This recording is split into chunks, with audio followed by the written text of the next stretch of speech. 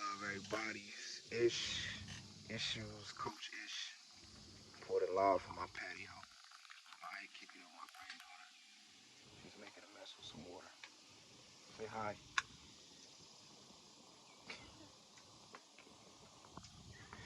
Anyway, we out here. Alright, so look, I want to speak on this Eminem Melle Mel situation. Speak on this Eminem Melle Mel situation. Alright, I heard both tracks. Um, I wouldn't even call them. Diss tracks. They were like diss lines in.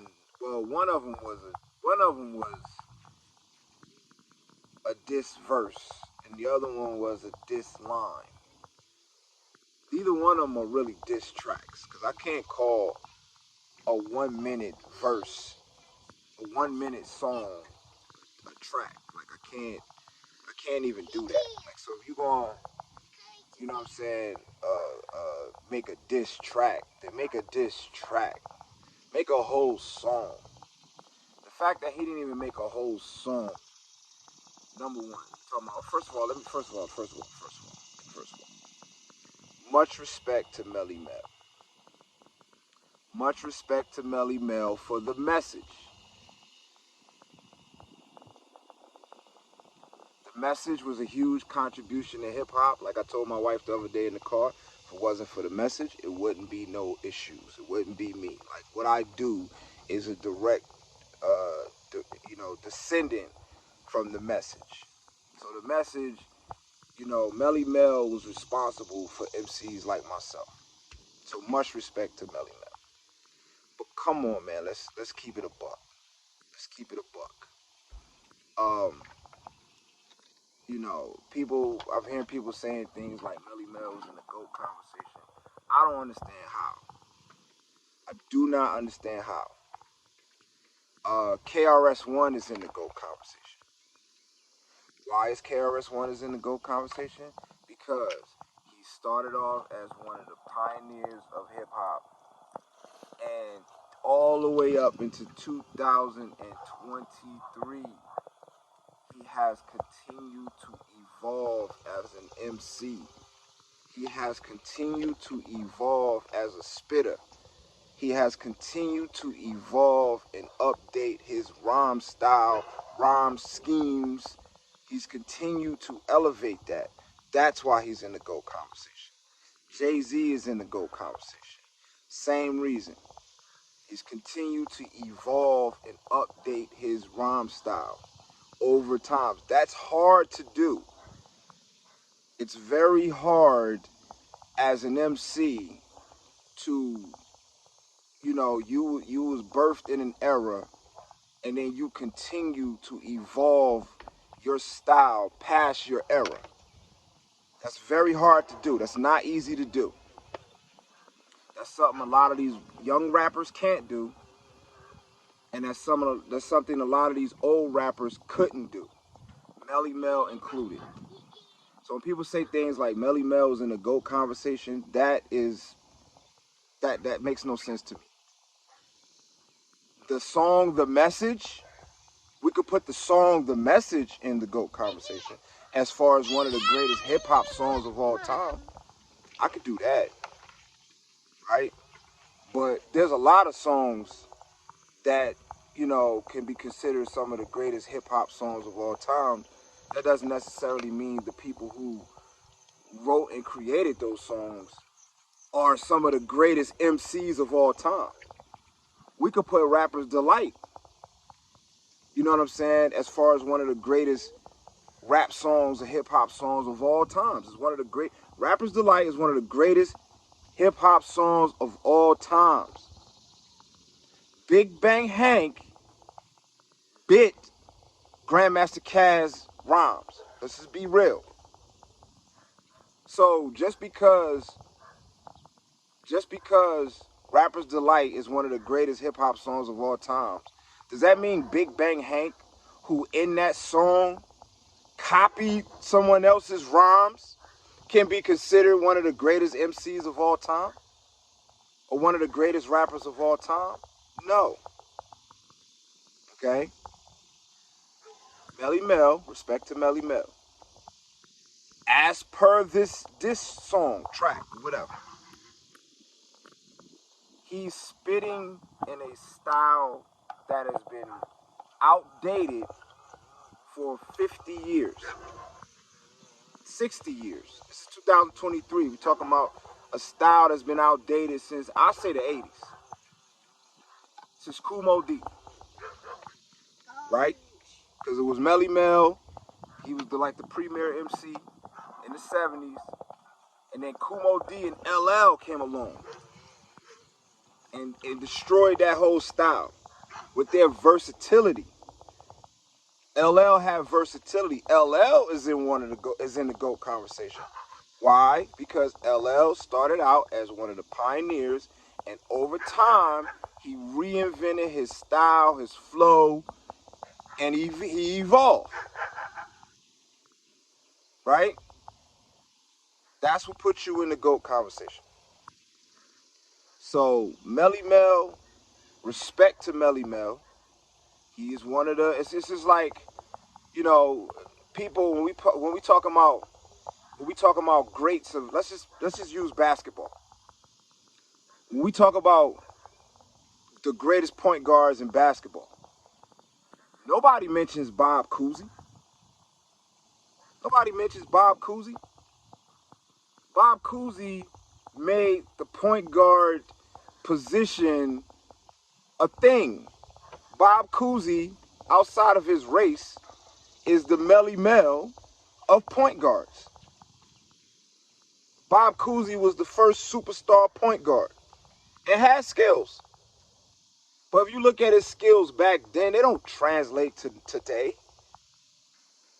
So no one put Bob Cousy, some of the older cats maybe, but no one put Bob Cousy as one of the greatest. No list of the greatest point guards in NBA history is respected with Bob Cousy on it. Even though Bob Cousy got, 10, 11 championships? Playing along with Bill Russell. You know what I'm saying? So, Melle Mel, respect to Melle Mel. But, bro, the diss track, nah. The hardest line in the joint was, you look bad like a roach coming out of your book bag in a full class. You got no class. Now you gotta go to bed with no supper because you suffering the backlash. That's the hardest line in that diss track. First of all, that line only relates to old niggas who can relate to that situation. That's number one. So only people in his generation can relate to that line. You know what I'm saying? He tried to make it more modern by saying, before I'm gonna put him to bed, I'm gonna turn off his Wi-Fi, throwing little terms like that in there. But for the most part, the bars were outdated. The style was outdated. You know what I'm saying? You still rapping in a style that's been outdated for 50, 60 years. You know what I'm saying? So, nah. And then it was only a minute long. It's only a minute long. What are we doing? It's only a minute long. What are we doing? Okay? So, yeah, you can rap, but the fact that you still rapping in a style that was outdated in the 80s, the style he's rapping in was outdated in the 80s. And I would arguably say that, and I've listened to Melle Mel's music, you know what I'm saying? But the only song of significance is The Message. What other songs, like we say Tupac, we can ramble off a bunch of songs. Dear Mama, Shed So Many Tears, Hit 'Em Up, California Love, Biggie. We can ramble off all these different hits. KRS-One, My Philosophy, Rappers Are in Danger, Rhapsody, the list goes on and on and on. Kool D, same thing. List goes on and on and on. We can name songs. You say Melle Mel, only one song comes up. Only one song. You know what I'm saying? A song that was ahead of its time, a song that was different than anything that was coming, a song that changed the landscape of hip hop. But only one song in the early '80s, late '70s. Nothing since then. No impactful hip hop songs besides the message. Okay, so we gonna say, you know, Melle Mel is a goat. Then we gotta say Big Bang Hank is a goat. And we gotta say, you know, Young MC is a goat. You know what I'm saying? What's up? Here, I'm making the video. Can I finish making this video first? Oh, she's in charge. Let me make this video. She trying to pull me somewhere. Let me finish making this video and then I got you. Okay? Okay? Oh no, never mind. I'm gonna come in a minute. Okay? All right. Let me finish making this video, then I'm coming. Okay? All right. So yeah. And then on top of that, it's like I'm an MC. You know what I'm saying? I'm an MC who's still operating in the era that I didn't come. Like this is not my era. I'm still alive in this era. I'm still doing my thing in this era. But my era really is the late '90s, early 2000s. That's my era, right? Mid '90s to late 2000s. That's my era. But to stay relevant, you got to keep evolving your flow. You got to keep correcting your flow and your style or whatever. So I could bang with anybody in this era. My pen game, I could bang with anybody in this era. I could write beats. I could write songs to any type of beats, current or old school, right? So if you can't do that as an MC, I'm not a fan. I am a fan of hip hop, but I'm also a participator. And so for me being a participator and understanding what it takes to continue to evolve your skills, you got to be able to evolve your skills. And he didn't show any you know, that whole flow, the style, the flow, you know what I'm saying? The fact that he couldn't make a whole song out of it, it was only a minute long, it was really, you know what I'm saying? It's like if you're gonna dust off the rust and show the youngins how to do it right. Do it right. Don't spit in a 1970s style because that's not hip hop.